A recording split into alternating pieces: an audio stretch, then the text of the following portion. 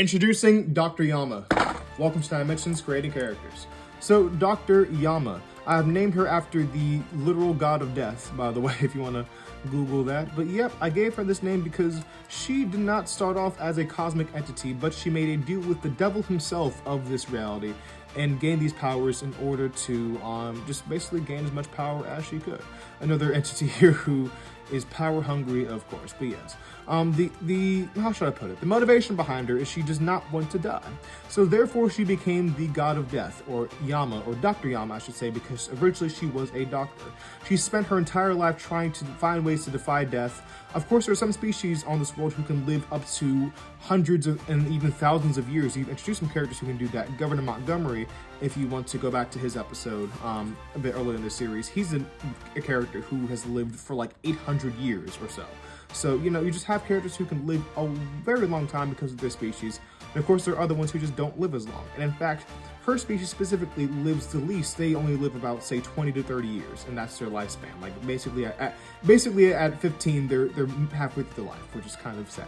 But yeah, so she didn't like that very much. She was like, that's not really fair. So, on a deeper level, she hated the fact that she was going to die so soon. She was like, well, no, I want to live life. I happen to like it.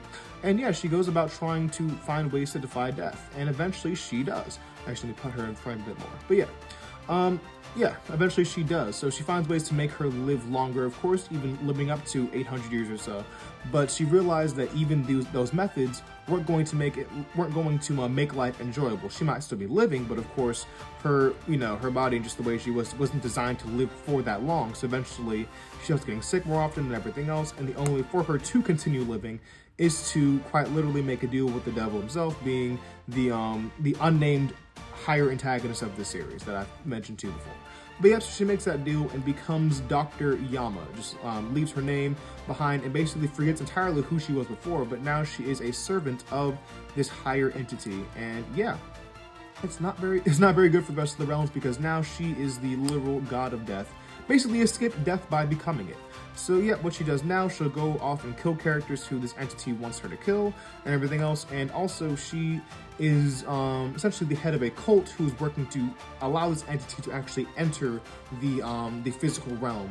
So yeah, that's also why this entity is going around collecting other beings, including Dr. Yama, to do his bidding, because he cannot actually interact with this realm. But of course, once he's able to actually be let in and to deal all that damage, he won't really need characters like Dr. Yama or anyone else we've mentioned, which will be very bad for these characters, but of course very good for that unnamed antagonist. But with that being said, that is Dr. Yama, the god of death, who escaped death by becoming it, and I will show her to you guys up close. And here we have Dr. Yama. Thank you all so much for watching. As always, tune in next time to see more characters, and have a great rest of your day.